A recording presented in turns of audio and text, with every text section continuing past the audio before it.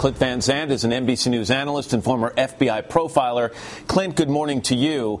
The first thing that jumps out at me, I look at Kristen and I look at the neighborhood behind her. This is a small house. This is a tightly packed neighborhood. And yet for 10 years, none of the neighbors say they noticed anything unusual here.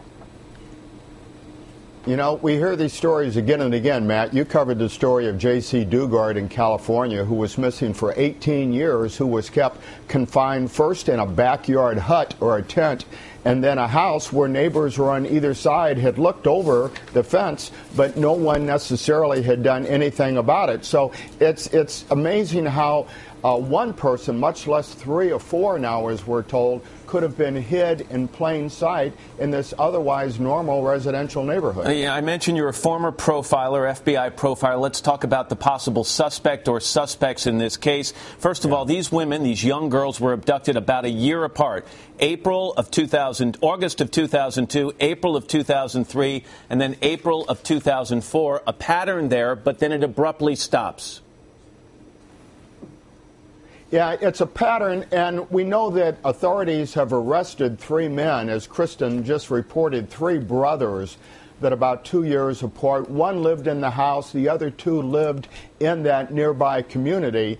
So what they're going to have to piece together, were all 3 brothers responsible? Did all 3 participate in the kidnapping? Did they have access to the women? There is so much to be determined, but what we know right now is that these young women were taken out of that immediate community, Matt. And why were they held for 10 years? Were they locked up in the basement, locked in bedrooms, or were there simply psychological chains put around these women that was stronger than any steel that could have put on them? We've seen victims where their parents, their family, their brothers and sisters, their pets have been threatened to be killed if they try to escape. We still have to determine all that in this story. And you talk about those psychological chains and what awaits these young ladies now that they are free. What type of situation are they going to have to deal with in the coming weeks and months?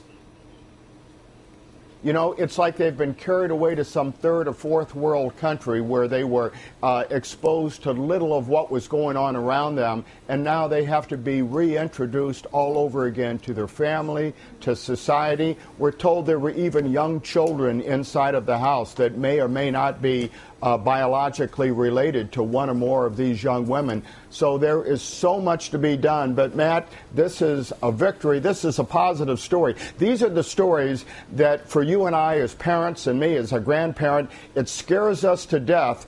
And yet, for parents whose child is still missing, it gives them that one hope. Maybe my child someday will come home. All right, Clint Van Zandt on this story out of Cleveland this morning. Clint, thank you very much.